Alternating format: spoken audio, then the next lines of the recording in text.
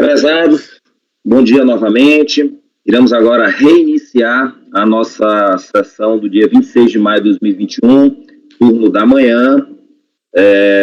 Recomeçaremos o julgamento a partir do item 77 da pauta, recorrente regafe e montagens. Passo a palavra, são os itens 77, na verdade, 77 e 78 do recorrente regafe. Passo a palavra ao relator, doutor Luiz Felipe.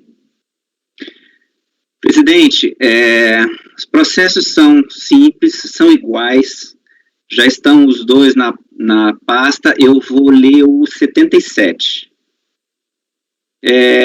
Vou passar, como eu faço sempre, rapidamente aqui pelo relatório, só para me lembrar, e o que foi arguído em recurso voluntário, para não ficar nada de fora, para não ter embargo, e passo direto ao voto, então, ok?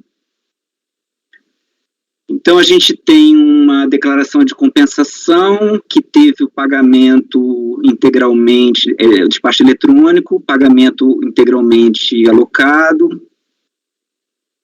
A decisão foi mantida pela DRJ Ribeirão Preto e em recurso voluntário ele alegou em síntese a ocorrência de prescrição e a decadência são hipóteses de extinção do crédito tributário, de acordo com o 156 do CTN, alegou que sua manifestação de inconformidade foi formalizada em 26 de dezembro de 2012, de forma que faz-se necessário o arquivamento da cobrança, já que é fulminado pela prescrição desde 26 de dezembro de 2017, e alegou o embasamento legal do seu pedido, seria o artigo 174 CTN, que estabelece que a ação para a cobrança do crédito prescreve em 5 anos, constatada a data de sua constituição definitiva. Eu vou ao voto. Então, como a gente relatou, a discussão nos autos se inicia com manifestação de conformidade pela não homologação da compensação formalizada no PERDECOMP tal, retificador de outro PERDECOMP de 28 de 7 de 2011. Por meio da DECOMP, ela informou ter realizado pagamento maior de PIS/PASEP, DAF de 25 de 10 de 2000, relativo ao período de apuração encerrado em 30 de 9 de 2010 e pretendia compensar débitos de setembro de 2010. Compensação não foi homologada no meio de despacho decisório, como eu falei, constatou-se que o pagamento informado tinha sido utilizado para quitar débitos de contribuintes em relação ao mesmo período, de 30 de 9, não restando crédito disponível para compensação dos débitos. O acórdão recorrido julgou improcedente a manifestação de conformidade, mantendo rígida a não homologação da compensação declarada, fundamentando-se a decisão nos argumentos de que não se admite a redução de débito confessado desacompanhada de provas documentais robustas que contemplem, inclusive com os correspondentes registros contrários e respectivos documentos que respaldem tais registros. Concluindo ainda o colegiado que somente o delegado da Receita Federal da Unidade de Jurisdição sobre Contribuinte tem competência para promover o cancelamento de DECOMP regularmente transmitida. Então aqui eu trago alguns excertos em que ele mostra isso, da STF retificadora posterior à ciência do despacho. Para comprovar sua alegação, deveria interessado a apresentar a contabilização dos fatos referentes às suas alegações. Necessário que a dita pretensão seja calcada em provas documentais robustas, que contemplem, inclusive, os registros contábeis. Verificou-se que a interessada procedeu posterior à retificação da DCTF, deixando de apresentar a escrituração contábil e fiscal, ou seja, ele não trouxe a comprovação da escrita, né? Eventual pretensa retificação ou cancelamento de DECOMP não é cabível em sede de manifestação de inconformidade. Isso estaria fora da alçada da delegacia de julgamento. Então, esse foi um mérito lá da decisão da DRJ. No mérito, o recurso voluntário, o recorrente não questiona a decisão de primeira instância. Ao contrário, inova ao apontar a ocorrência de prescrição pela aplicação do disposto no artigo 15674 CTN. Trata-se de pedido inédito no curso do presente processo, posto que não foi suscitada uma atestação de conformidade, e assim, por conseguinte, também não foi objeto de apreciação na primeira instância de julgamento. Se diz que, pela observância dos artigos 16, 17, 72, 35, bem como dispostos 141, 223, 329 e 492 do Código de Processo Civil, não se pode conhecer em sede recursal de matéria até então estranha aos autos por não ter sido suscitada no momento processual adequado. Não se observou na manifestação de conformidade qualquer contestação em relação à ocorrência de prescrição. Não obstante, também excede disso, ser pacífico e entendimento que é dever do colegiado apreciar de ofício matéria de ordem pública, considero decadência e prescrição, matéria de ordem pública, que eu vou analisar. De início, considero importante destacar que a homologação tácita da compensação declarada, igualmente não suscitada pela recorrente, não ocorreu. Compulsando os autos, se observa que a solicitação de compensação foi formalizada em 28 de setembro de 2011 e posteriormente retificada em 20 de 4 de 2012. Nos termos dos parágrafos 2º e 5º do artigo 74 da 9430, 96, compensação declarada à Secretaria de Receita Federal extingue o direito de creditório sob condição resolutória de sua ulterior homologação e o prazo para a homologação da compensação declarada pelo sujeito passivo é de 5 anos, contada a data da entrega da declaração de compensação. Tendo sido despacho decisório denegatório emitido em 5 de 12 de 2012, não ocorre homologação tácita. Também não há de falar em prescrição de cobrança de débitos, defendido pela recorrente, uma vez que a exigibilidade do crédito tributário devidamente constituído está suspensa desde a instauração do litígio, em razão da pendente apreciação do recurso do processo administrativo, à vista do que dispõe o artigo 101.3 do CPM. Por fim, cumpre destacar que, quanto aos demais argumentos trazidos pelo então impugnante na instauração do presente contencioso, não tendo a parte apresentado novos argumentos ou razões de defesa perante a segunda instância, considero-se preclusas discussões sobre a possibilidade de retificação do DCTF após o despacho decisório, a comprovação de liquidez e certeza do crédito tributário vindicado pela empresa e a possibilidade de cancelamento de decompra por área transmitida, tornando definitiva administrativamente a decisão da DRJ Ribeirão Preto em relação às matérias. Então, voto por negar provimento ao recurso, presidente. Alguém de verbo? Acordo os membros do colegiado na unanimidade. Pediu falar. Perdão. Bem, eu tenho uma questão aqui em relação ao voto do conselheiro Luiz Felipe, que eu acho o seguinte: entendo, mas eu estou aberto a iniciar uma discussão aqui com os demais membros do colegiado a respeito da possibilidade da gente excluir de ofício a cobrança que está sendo ocorrida, que está em duplicidade, porque eu entendi o que aconteceu com o contribuinte, e é claro, não nos é permitido excluir crédito tributário em função de equidade, mas fica claro que até analisando a defesa do contribuinte, que ele claramente errou o preenchimento do PER-DECOMP. Pelo que eu entendi, o que ele fez? Ele pagou 23 mil e alguma coisa, né? 23, deixa eu só abrir aqui o relatório do conselheiro, porque fica mais claro. Ele pagou 23.906 e depois verificou que tinha, na verdade, que pagar só 22.783. Na hora de preencher o PER-DECOMP, o que ele fez? Em vez de indicar um crédito de R$1.000 e poucos para pagar, enfim, qualquer débito, seja lá o que fosse, né? E indicar que esses R$1.000 e poucos decorriam da diferença justamente entre os 23.906 do DARF e os 22.783,77, desconsiderando questões relativas à retificação da DCTF, eu estou vendo apenas primeiro os fatos aqui da vida real. O que o contribuinte erroneamente fez? Ele simplesmente apontou um crédito de 23.906, né? Deixa eu só dar uma olhada aqui, e consumiu esse crédito com o próprio débito do período que já tinha sido pago por ele, de 23.906, mas que no entender dele era 22.783. Do que sobrou, como fica ali claro no PER-DECOMP, essa diferença de 1.000 e pouco, que é o que ele entende ter direito. Essa diferença eu entendo que, claro, ele incorreu em erro, teve todas as questões processuais, e quanto a isso, concordo que não haja possibilidade da gente nem reconhecer essa diferença de 1.000 e pouco, nem muito menos cancelar o PER-DECOMP.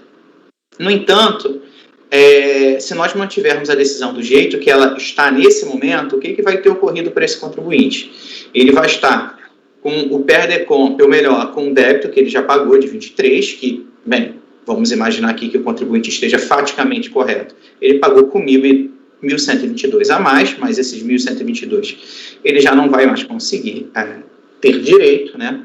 No entanto, ele vai ser cobrado em duplicidade do débito de 22.783,77 que acabou sendo confessado no PER-DECOMP. Então, ele está com a cobrança do PA 9 de 2010 de PIS sendo cobrado em duplicidade. Um, pelo próprio pagamento, inicialmente, e dois, por ele ter acabado confessando erroneamente, pelo menos é o que parece nesses autos, ter confessado esse débito em duplicidade no PERDECOMP. Eu até anotei aqui, eu não sei se cabe a esse colegiado se manifestar a respeito desse débito, né? Ou se nós temos competência para determinar a exclusão de ofício desse débito. No colegiado de DRJ que eu participava, nós já fizemos isso alguma vez, mas, enfim, aqui já é um outro colegiado, a gente pode rediscutir a questão.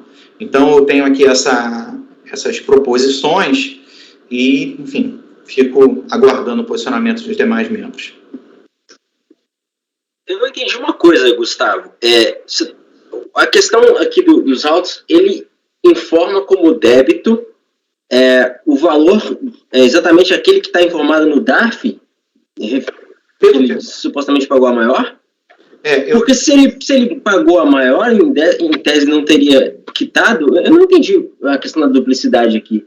Pelo seguinte, alguém me corrija se eu estiver errado, por favor, mas a princípio, vamos lá, na cronologia dos fatos, ele pagou um DARF de 23 mil e pouco, e ato contínuo já tinha esse débito confessado em DCTF, de 23 mil e pouco, né? Então, ele ficou quite com a Receita Federal. Num segundo momento, ele verificou que esses 23 mil deveriam ser 22. E o que competia ao contribuinte ter feito? Retificar a DCTF, retificar o DACOM, que fosse o caso, né? E após enviar um PERDECOMP com crédito de R$1.000 e poucos, 1.122. Crédito esse decorrente de um débito já retificado de 22, confrontado com um pagamento comprovado via DARF, de 23. Né? Com isso, ele teria um saldo aí de 1.122. O que ocorreu foi que ele, para além de ter não retificado a DCTF, mas já vi que o posicionamento do colegiado supera essa questão, desde que as questões fáticas se mostrem mais consistentes. Mas, enfim, superando a questão da retificação da DCTF, o que ele fez? Em vez de enviar um crédito de R$1.100, ele erroneamente preencheu o PERDECOMP, informando um crédito de 23 mil, o valor total do DARF, e ao mesmo tempo indicou para pagar no PERDECOMP o próprio débito do período. E aí o que aconteceu? O débito do período foi pago via DARF e confessado via DCTF, e depois ele foi confessado via PERDECOMP, mas como o crédito já estava alocado para aquele débito confessado na DCTF, não teve homologação. Então, o débito que está em cobrança no PERDECOMP, que ele inclusive pede que essa cobrança seja arquivada, ele acaba sendo cobrado em duplicidade. Tudo bem, é uma questão de prova aqui, né? Mas, para mim, parece que foi isso que ocorreu. E quando a gente olha aqui a defesa do contribuinte, ela, enfim, dá a entender que realmente ele deve ter incorrido, parece ter incorrido em erro, mas eu fico aberto aí à manifestação dos demais membros. Ele fez essa manifestação só na manifestação de inconformidade. Depois do recurso voluntário ele foi excelente. E ela foi afastada pela DRJ. Só pela ordem, por favor. Com a palavra o conselheiro Ronaldo.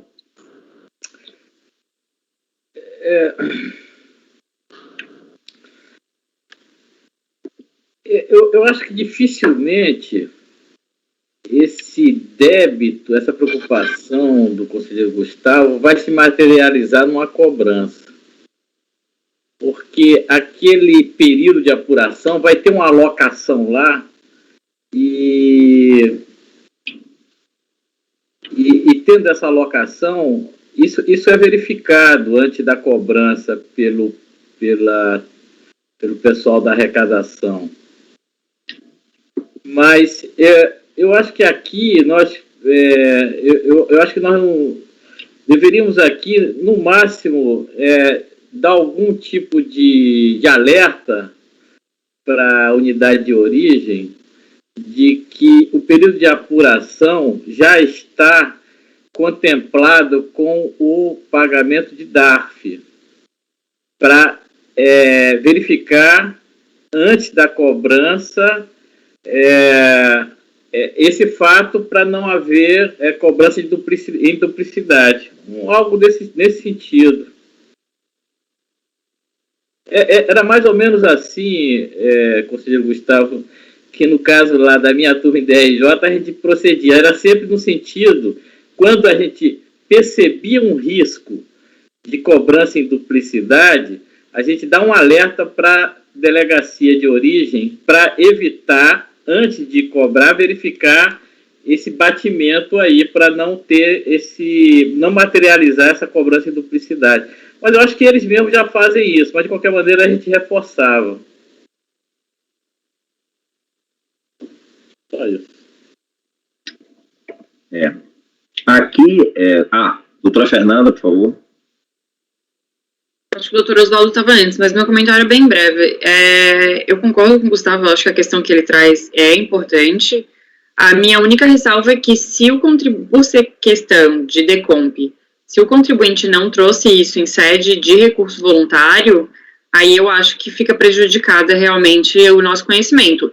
Se isso tiver em recurso voluntário, eu acho que dá para ir pela análise do Gustavo, mas se não está como o relator está falando, aí então eu vou votar com o relator em função disso. E só, eu acho que o Ronaldo, a solução do Ronaldo foi absolutamente perfeita. E somando ao comentário da Fernanda, nós temos um segundo tema. Aqui a gente não discute débito, deve ter confessado em decump, né? Mas acho que vale sim o alerta para que verifique se sim ou se não. Agora, em resumo, nós temos que superar dois obstáculos. O obstáculo da preclusão, o primeiro, e teríamos que superar o obstáculo de discutir débito em sede de decomp, segundo. Então, acho que vale o alerta, mas dar provimento por isso, eu não acompanharia.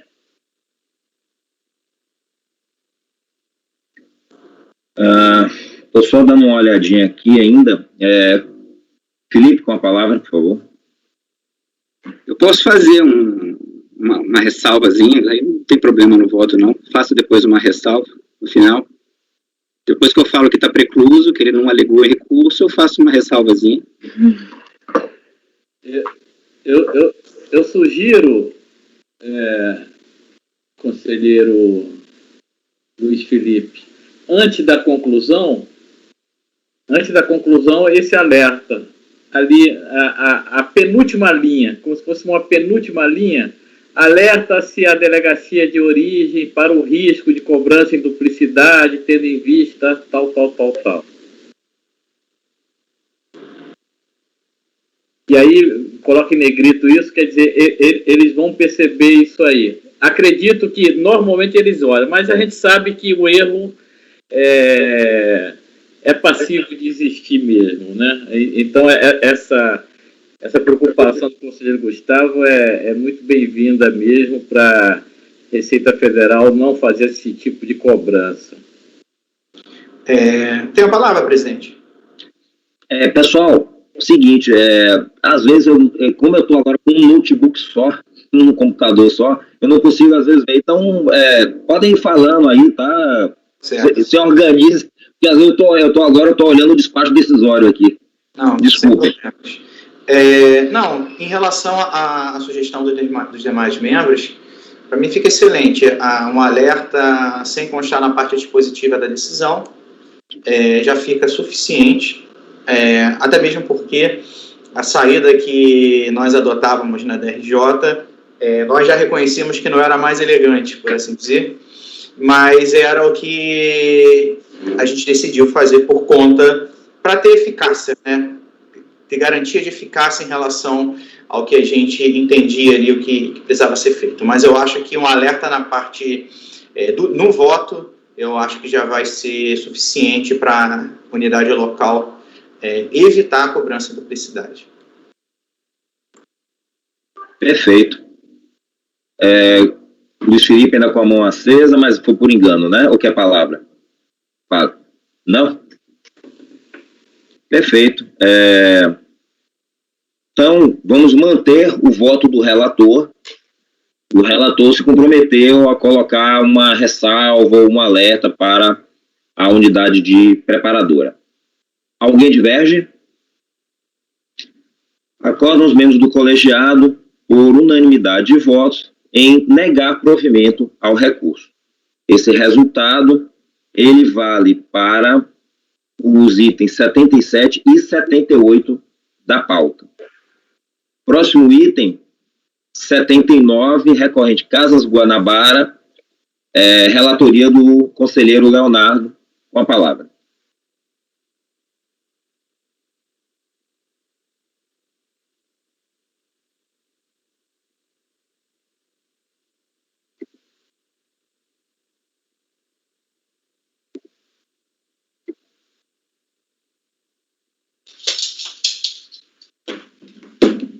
Pois não, presidente. Abrindo aqui.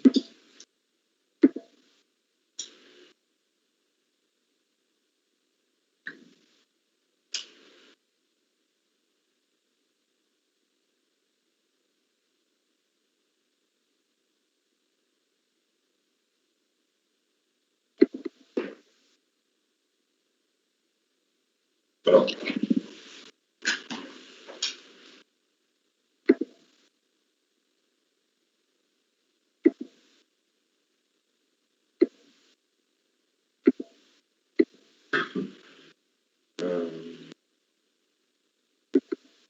Presidente, são autos de infração, é um processo grande, com o objetivo de formalizar o lançamento de COFINS e PIS, período de 2010.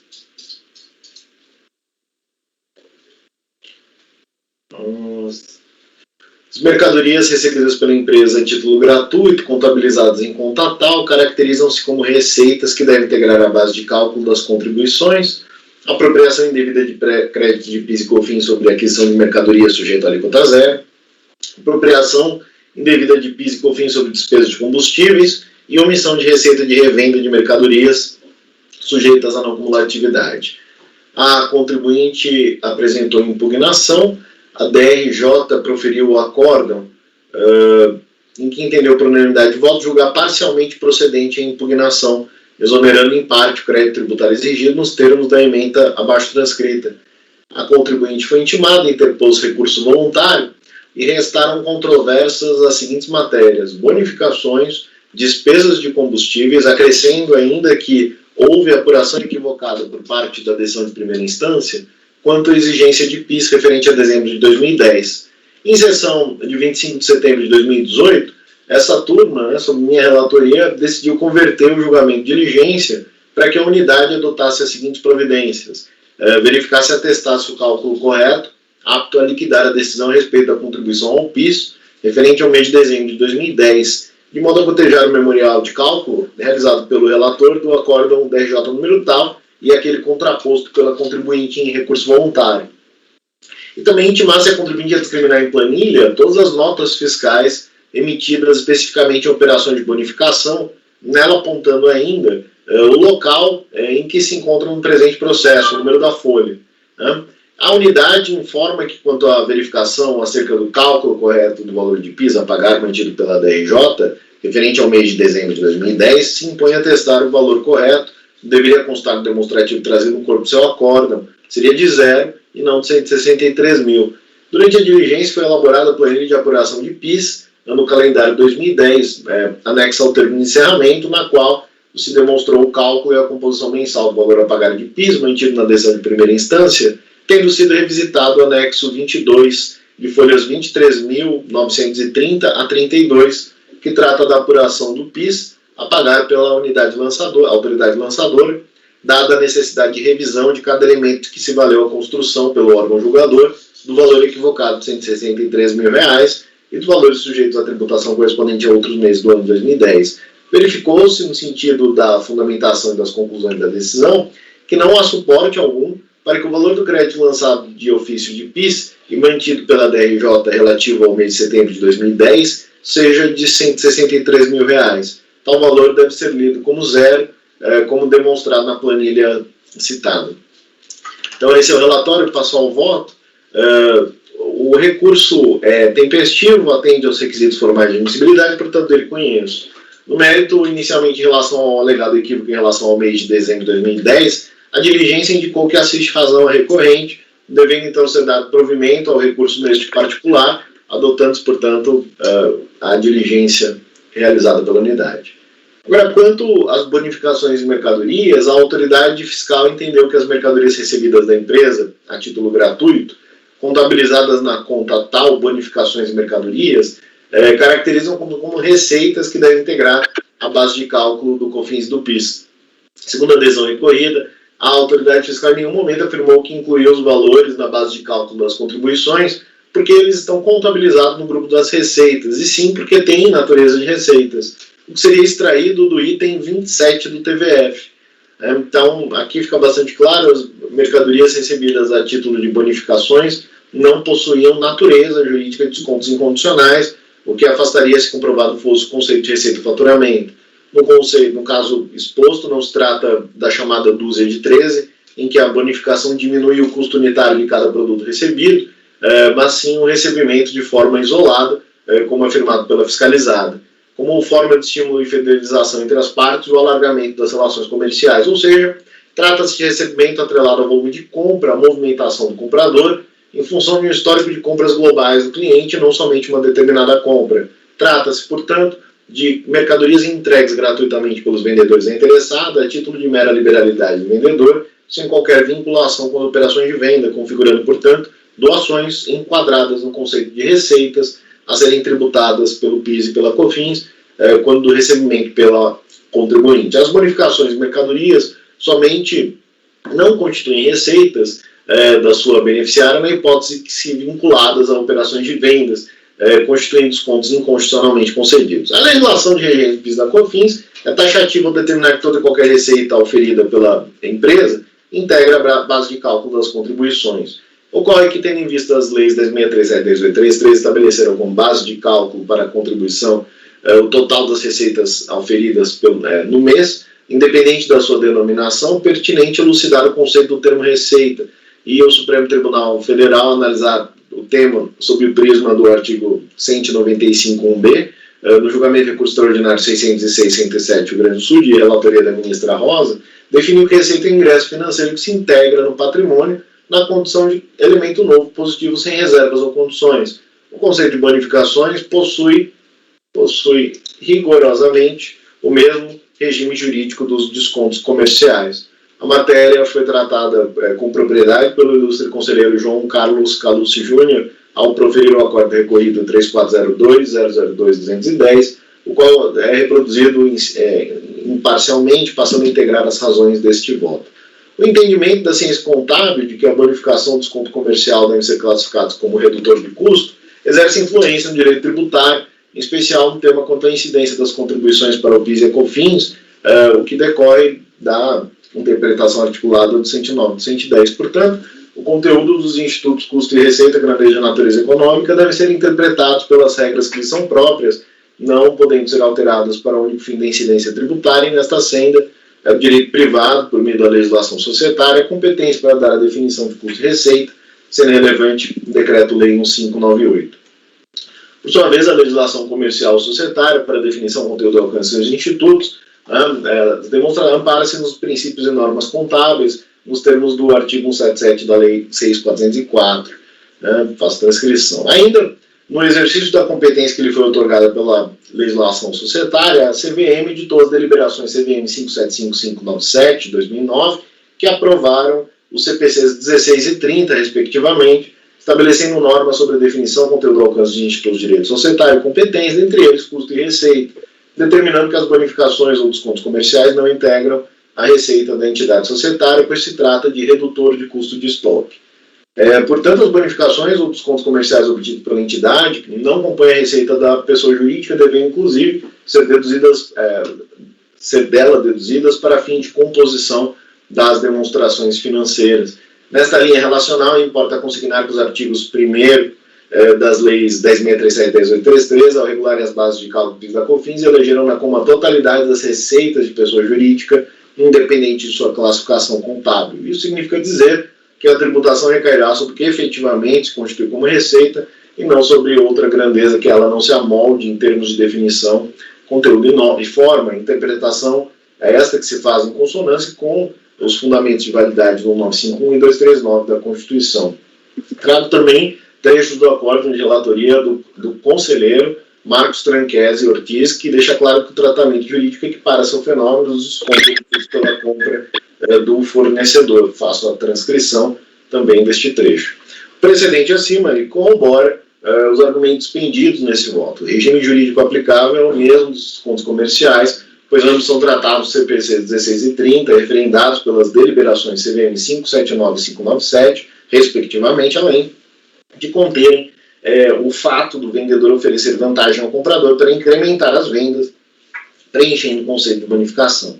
Tal conceito foi reconhecido pela própria administração tributária, no parecer da coordenação do sistema tributário, número 1386 de 82, e na instrução normativa SRF 51 de 78, nos quais está consignado que as bonificações dos descontos comerciais são vantagens ofertadas pelo vendedor ao comprador. Independente da forma como se der a vantagem, bonificação ou desconto comercial, entrega de mercadoria em moeda para rebaixo de preço ou com desconto na duplicata a vencer, está-se diante de redutor de custo de aquisição de produtos, não havendo se falar em ingresso de recursos novos no caixa da pessoa jurídica. Assim, nos termos da legislação comercial, não se constituem receita, mas apenas reduzem o custo de aquisição do estoque naquela relação comercial que o varejista mantém com o fornecedor, possibilitando ao adquirente adotar medidas que fomentem a venda daqueles bens, sendo atrativo também ao fornecedor que terá maior volume de vendas. Nesse diapasão, os contratos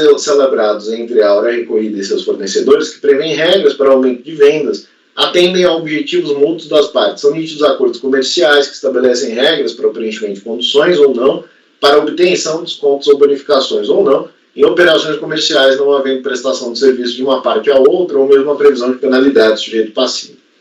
Em termos contratuais, nota-se haver a concessão dos descontos comerciais ou bonificações se atendidos os requisitos ali estabelecidos. A sistemática adotada nos contratos enquadra-se no conceito de bonificações e descontos comerciais que estão abrangidos pelo conceito de receitas, mas delas devem ser deduzidos por serem redutores de estoque, tudo conforme a legislação de regência. De outro lado, é sabido que somente os pontos incondicionais serão excluídos por lei das bases de cálculo do PIS da COFINS. Não há pretensão de que ali também sejam incluídas as bonificações dos descontos comerciais. Pretende-se, outro afastar da tributação das contribuições grandezas que não sejam definidas como receitas pela própria legislação comercial. Sob o ponto de vista econômico, o registro contábil das bonificações ou descontos não acarreta prejuízo à arrecadação, importando apenas a postergação da tributação sobre a vantagem comercial que o comerciante obteve junto ao fornecedor. Isto porque, quando se der a venda das mercadorias pelo preço final, a diferença entre compra por um preço mais baixo e o preço da venda aumentará o valor agregado sobre o qual se dará a tributação.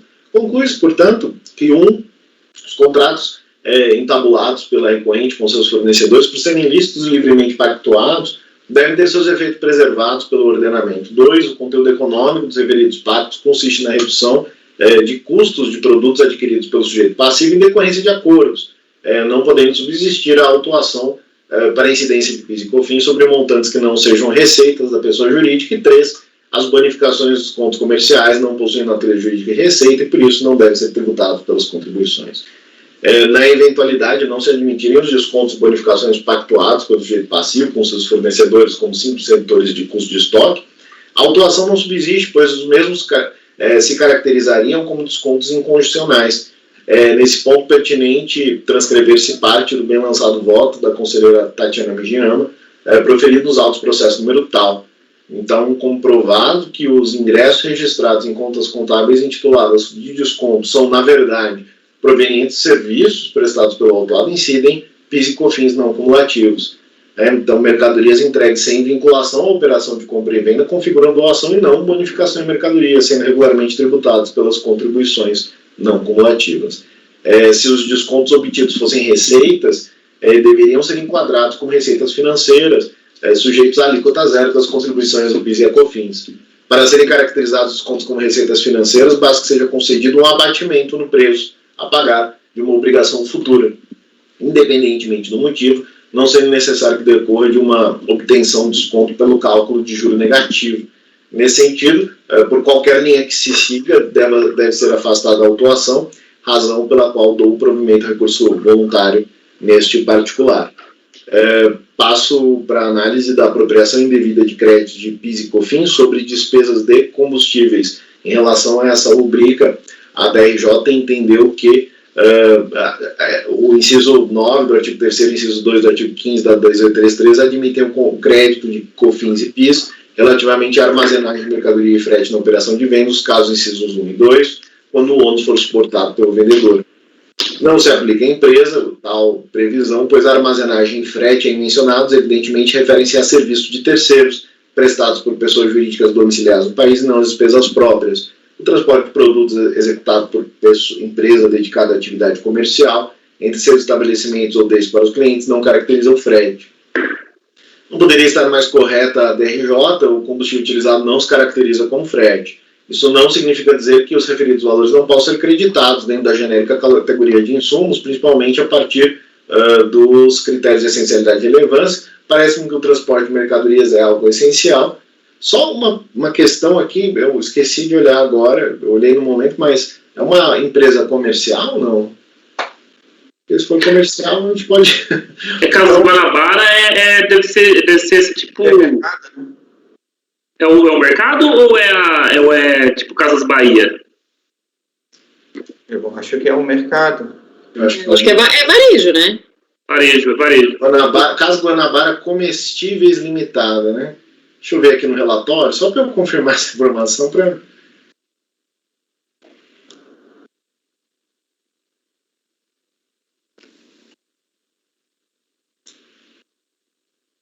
É aqui em Campinas. É em Campinas? É supermercado, sim. É mercado, né? Então confirmado também a decisão da DRJ, se for único, né? Bom, e por fim, juros de mora sob multa de ofício, eu até tenho um voto excluindo os juros de mora sobre a multa que eu apresentava aqui no CARF, mas houve a superveniência de uma súmula CARF número 108, a menos que alguém aqui apresente eu aplico a súmula CARF número 108. Então, como voto, presidente, eu voto por conhecer e dar provimento parcial ao recurso voluntário. Eu só deixo de reconhecer, portanto, mantendo a decisão recorrida sobre a rubrica apropriação indevida de crédito de PIS e COFINS sobre despesas de combustíveis, por se tratar de empresa comercial. Perfeito, doutor Leonardo. Com a palavra, doutor Oswaldo. Não, eu fiquei primeiro com uma dúvida, na parte do desconto. Esse desconto, eu não entendi exatamente se tudo que ele recebe é bonificação, ou se ele recebe parte bonificação, ou se parte desconto. Porque daí teria uma diferença. Porque, para mim, eu até já votei isso, nós já votamos isso no processo de novembro da Vox, em que nós discutimos bônus de venda ainda sobre a égide da legislação anterior, que tem aquela discussão de receitas operacionais, receita de venda de mercadorias e serviços e etc. E lá ainda na legislação anterior, eu já entendia que o bônus de venda é receita nova. Agora, o desconto é que me deixa um pouco com dúvida, porque realmente tem a parte do desconto incondicional, que expressamente é afastada da incidência. Né? Oswaldo, eu vou confessar que a única argumentação que eu consegui identificar no termo de verificação foi no seguinte sentido, que essas mercadorias elas foram recebidas por essa empresa a título gratuito e foram contabilizadas numa conta chamada bonificações em mercadorias e que, portanto, deveriam integrar a base de cálculo das contribuições, né? Então, tendo sido esse o único argumento, eu não fui à análise de cada um dos contratos. Acho que a discussão ficou mais jurídica, né? Tivesse discriminado cada um dos contratos, identificado cada uma das operações, eu acho que aí caberia sim. Inclusive, eu vi o seu voto, pensei em por esse caminho, mas aqui eu achei desnecessário. Porque bonificação em mercadoria é diferente, né? Sim. Do que em pecúnia. Se bem que a mercadoria tem um valor.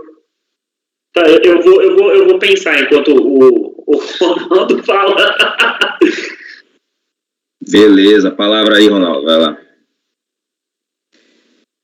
Presidente, eu acho que esse conceito de receita que está na lei, ele é muito abrangente, a tal ponto que abrange também essas bonificações. O que eu percebi é que o contribuinte tenta igualar essas bonificações com os descontos incondicionais, que esses sim, eles podem ser deduzidos, né, da receita bruta. Agora, essas bonificações em mercadorias, apenas a título de fidelização, parece que isso não tem nada a ver com a compra efetivamente efetuada naquele momento ali. É apenas uma ideia global para as casas Guanabara, aqui no caso, continuar fiel àquele fornecedor. Então, o fornecedor entrega um pouco mais de mercadoria. Isso me parece que é uma receita, embora, pela contabilidade, pelo que ele demonstrou aí, ele não tenha sido classificado dessa forma. Mas isso pouco importaria para a lei tributária.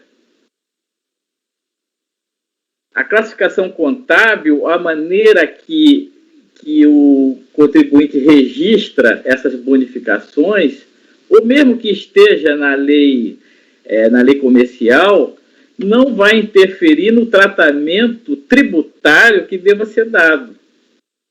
Então, eu estou na linha, nós vamos discutir um pouquinho mais, mas essas bonificações, para mim, eu não sei se esse acordo que o conselheiro trouxe aí é unânime, se já tem alguma coisa na Câmara Superior, mas essas bonificações, talvez isso tenha até uma discussão maior na primeira Câmara Superior, porque isso aí me parece receita. Eu sei que isso é uma prática muito difundida, principalmente entre esses grandes varejistas. Mas eu estou no sentido de que essas bonificações devem ser receitas para fins de tributação do PIS e da COFINS. Conselheiro Ronaldo, só antes de passar a palavra para quem que está pedindo aqui, pediu a Mila e Fernanda, né? Antes de passar a palavra aos conselheiros, só pelo seu comentário que você fez, né? Eu estava dando uma olhadinha aqui no voto da conselheira Tatiana, processo administrativo final 2010-62, né? Aqui no próprio... É o que eu entendi, não sei se eu entendi muito bem, talvez o conselheiro Leonardo explique. Pelo que eu entendi aqui, não sei se ela foi vencida nesse voto, porque a emenda fala que, comprovado que os ingressos registrados em contas contábeis em titulares de desconto são, em verdade, provenientes de serviços prestados pelo autuado, incidem as contribuições. E no outro tópico, doações, né? Mercadorias entregues sem vinculação à operação de compra e venda configuram doação e não bonificações de mercadorias, sendo regularmente tributadas pelas contribuições não cumulativas. Aí, pesquisando os últimos acordos, tem um acórdão realmente aqui da Câmara Superior de 19 de março de 2019. É o acórdão 9303-008-247. O que é que ele trata nessa questão aqui, né? Basicamente, que para a conceituação dessas bonificações enquanto descontos que poderiam ser excluídos, né? Tem previsão legal, né? Para a exclusão dos descontos incondicionais da base de cálculo, esses descontos teriam que estar na nota fiscal. Eles deveriam ter que vir na nota fiscal. Então, vem lá a nota de 1.000, desconto de 100, que aí poderia ser em mercadorias. E aí sim, aí quando a gente vai para o termo de verificação fiscal, para a gente verificar, né, se vocês forem baixar o termo de verificação fiscal e olhar, o termo tem 62 páginas. Mas se vocês olharem apenas a página 26 da análise fiscal, o item 23 diz que foi constatado que as mercadorias recebidas a título de bonificações em mercadorias foram contabilizadas a título de receitas não operacionais. o que seria, a princípio, já um indício de constatação de fato gerador, sujeito à tributação de PIS e COFINS. Aí no item seguinte, 24, além do acima exposto, também foi constatado que os lançamentos a crédito na conta 2156, bonificações e mercadoria, não tiveram a natureza de descontos incondicionais, ou seja, não constituíram descontos incondicionalmente concedidos a adquirente, na forma de entrega de mercadorias em quantidade maior do que a estipulada, uma vez que não foram vinculadas à aquisição de mercadorias para revenda, como se propõe demonstrar a seguir. As mercadorias recebidas a título de bonificação de mercadoria não foram registradas nas notas fiscais representativas da aquisição de mercadorias pela fiscalizada para revenda. Conforme demonstrado pelos documentos entregues pelas fiscalizadas, as mercadorias recebidas a título de bonificações foram registradas em notas fiscais separadas, específicas para as referidas bonificações. Ele avança mais um pouco, mas, enfim. Palavra da doutora Fernanda e, em seguida, o conselheiro Miller. E o Oswaldo permanece. Pediu palavra, Oswaldo? Tá. E finalizando, então, o conselheiro Oswaldo, por favor. Está sem áudio, Fernanda.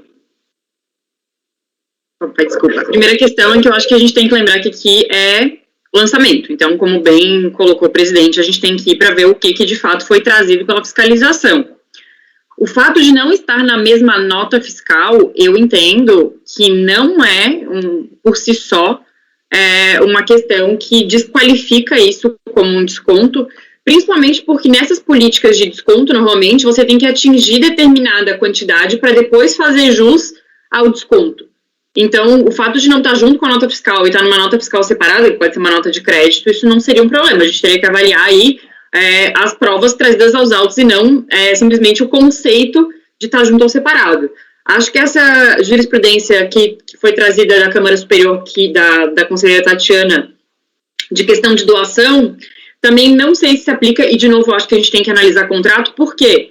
Porque muito provavelmente a quantidade que vai ser recebida está relacionada a atingir determinadas metas de fidelização, de compra, mas provavelmente vai estar relacionado a algum pedido da própria recorrente. E não simplesmente qualquer mercadoria que o fornecedor queira dar de presente para ser configurada essa doação. Não me parece que é o caso. E com relação ao comentário do conselheiro Ronaldo, eu acho que pouco a primeira sessão vai nos ajudar, principalmente porque o conceito de renda tributável para os tributos que a primeira sessão julga, e por nosso conceito aqui, ele não necessariamente é o mesmo, né? A base de cálculo do PIS e da COFINS não depende do imposto de renda, então me parece que a gente também tem que tomar um pouco de cuidado disso. Para mim, aqui é uma questão probatória, e o que não tiver nos autos, a gente não pode presumir que foi comprovado para fins de lançamento. Então, acho que a forma conservadora que o relator analisou, a princípio, está correta. Perfeito. Doutor Miller? Bom, a Fernanda basicamente tocou no ponto que eu já ia falar, só vou reiterar algumas questões, assim, com a devida vênia, o conselheiro Ronaldo, eu acredito que o conceito de receita jurídico ele é mais restrito do que o conceito contábil, e como está bem posto aqui no relatório, no voto do relator, ele traz a situação de que seria um redutor de custo de estoque. Então, eu entendo que não havendo uma contrapartida com a entrada dessas bonificações, eu não acho que pode ser configurado como receita, porque, afinal de contas, se a gente está falando de receita operacional, que seria o faturamento, né, a base de cálculo da COFINS, isso vai se dar no momento da venda da mercadoria, somente com aquela operação. Então, se há um redutor de passivo sem contrapartida, isso não configura receita para fins jurídicos, talvez contábeis, pelo CPC 00, se a gente for analisar estritamente contábil na linha de raciocínio do conselheiro Ronaldo. Mas eu acho que o relator deixou bem claro, inclusive com as instruções aí da CVM, e supondo ainda para uma segunda linha de raciocínio como receita financeira, se for exatamente uma redução do valor do estoque, entender aquilo ali como, olha, ele está gastando menos na aquisição, então isso teria natureza de receita, ainda assim seria receita financeira, se fosse considerado receita. E a receita financeira seria excluída da base de cálculo. Então, acho que irreparável em volta. Perfeito. Conselheiro Oswaldo, em seguida, conselheiro Gustavo. É só para justificar por que eu vou acompanhar o relator, tá?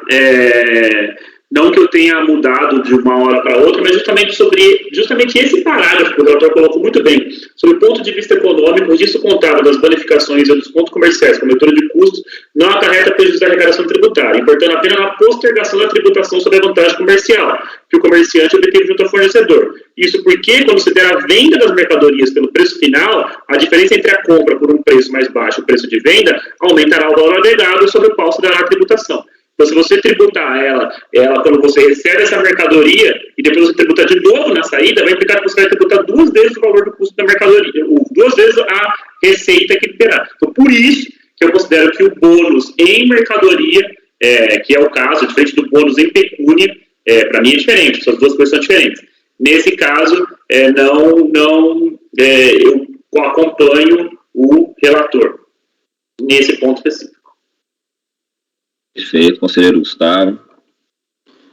Senhor presidente, demais membros, eu tenho uma consideração aqui a ser feita, que é o seguinte, eu até entendo as razões desse dito do conselheiro Leonardo, mas eu entendo aqui que a situação dos autos seja um pouco diferente daquilo que a gente pode reconhecer como bonificação, porque entendo eu que a bonificação, nesse caso, concedida em mercadoria, vamos aqui dizer, ela fica vinculada a uma operação específica, né?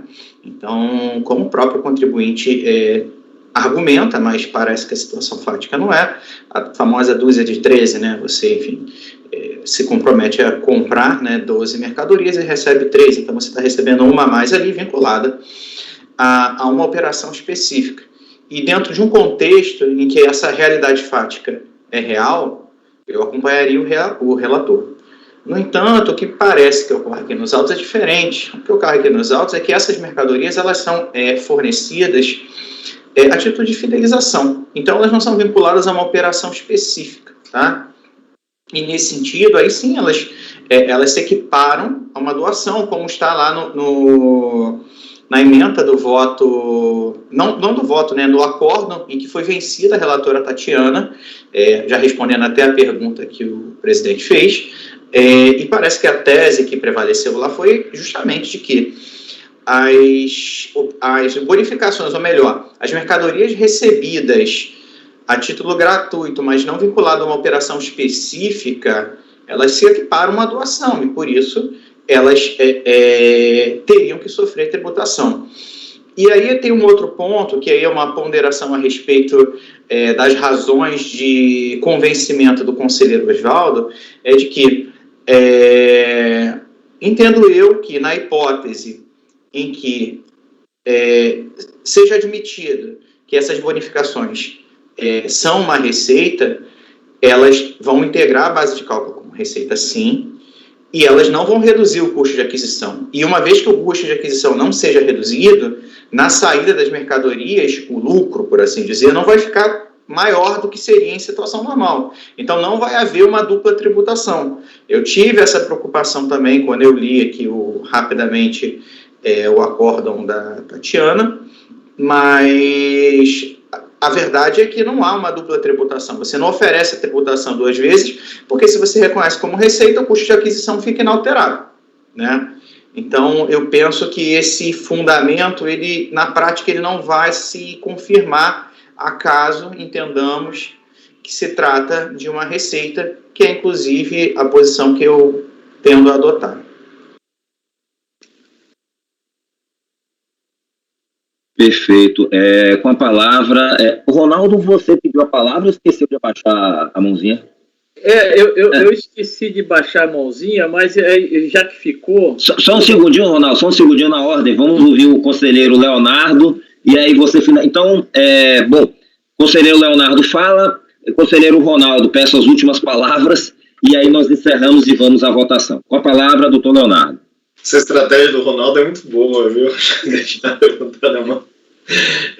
Não, só para esclarecer, eu fui olhar aqui o acórdão que eu cito da Tatiana, esse aqui é um voto antigo meu, né? É um acórdão de 2016, ela é vencida. Ela é vencida, mas no meu voto eu cito voto, não acórdão, né? Então eu não me filio, né? Não digo que ela foi vencedora nesse caso, mas de fato são as razões, né? E aí, em seguida, eu faço a transcrição integral da ementa em que ela foi vencida. Só para esclarecer, né? É um voto antigo que eu uso. Não, perfeito, doutor Leonardo. Ficou claro que realmente pela leitura do seu voto que era só em relação às razões dela. Então, finalizamos agora com o doutor Leonardo, ou doutor Ronaldo, para passarmos ao regime de votação, por favor. É só rapidinho. Assim, a preocupação com o nome, ela não deve presidir esse tipo de discussão aqui. Bonificação, doação, é claro que a gente tem que tentar se aproximar de alguma coisa, pela natureza. A empresa, ela recebe mercadorias sem fazer nenhum dispêndio, ou seja, existe um ingresso que aumenta o seu ativo. Isso é o conceito de receita. Está entrando alguma coisa na empresa, está aumentando o seu ativo e ela não está despendendo nada. Então, isso é receita. Quando o legislador quis excluir alguma coisa, ele o disse expressamente. Ele falou, desconto incondicional, não. Isso você pode retirar do conceito de receita bruta. Mas aí é um ingresso via mercadoria que está aumentando o patrimônio da empresa e a empresa não está despendendo nada. E não está na nota fiscal.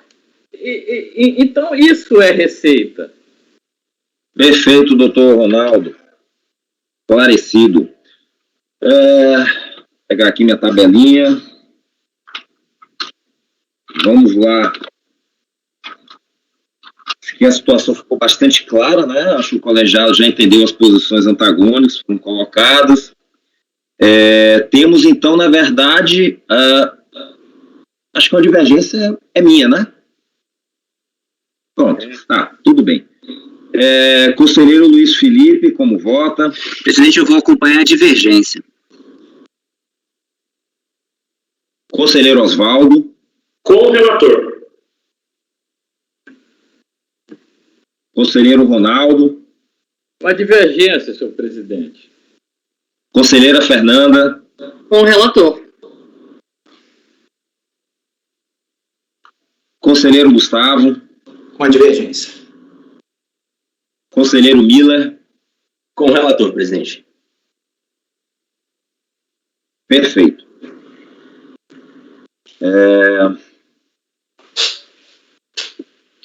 Acordam os membros do colegiado, por determinação do artigo 19-E da Lei 10.522 de 2002, acrescido pelo artigo 28 da Lei 13.988 de 2020, em face do empate no julgamento, dar provimento ao recurso voluntário, vencidos os conselheiros Lázaro Antônio Soares, Luiz Felipe, Ronaldo Souza Dias, Gustavo Garcia. Manifestou a intenção de apresentar a declaração de voto, conselheiro Lázaro Antônio Souza Soares. Eu pergunto antes, mais alguém, antes de concluir, mais alguém tem intenção de apresentar a declaração de voto? Não. Ok. Então, finalizamos o item 79 da pauta. Só esclarecendo, né, Gustavo? Você deve estar a par, imagino, né? Mas foi auto de infração. Sim. Então, o empate na votação determina o resultado a favor do contribuinte.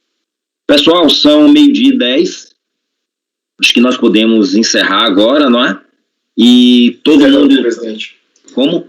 Encerrada. Gravação. Perfeito. Tem feijoada hoje. Fabiana, por favor, você poderia encerrar também a gravação. Dia da feijoada. Só uma Pois questão. não, Leonardo.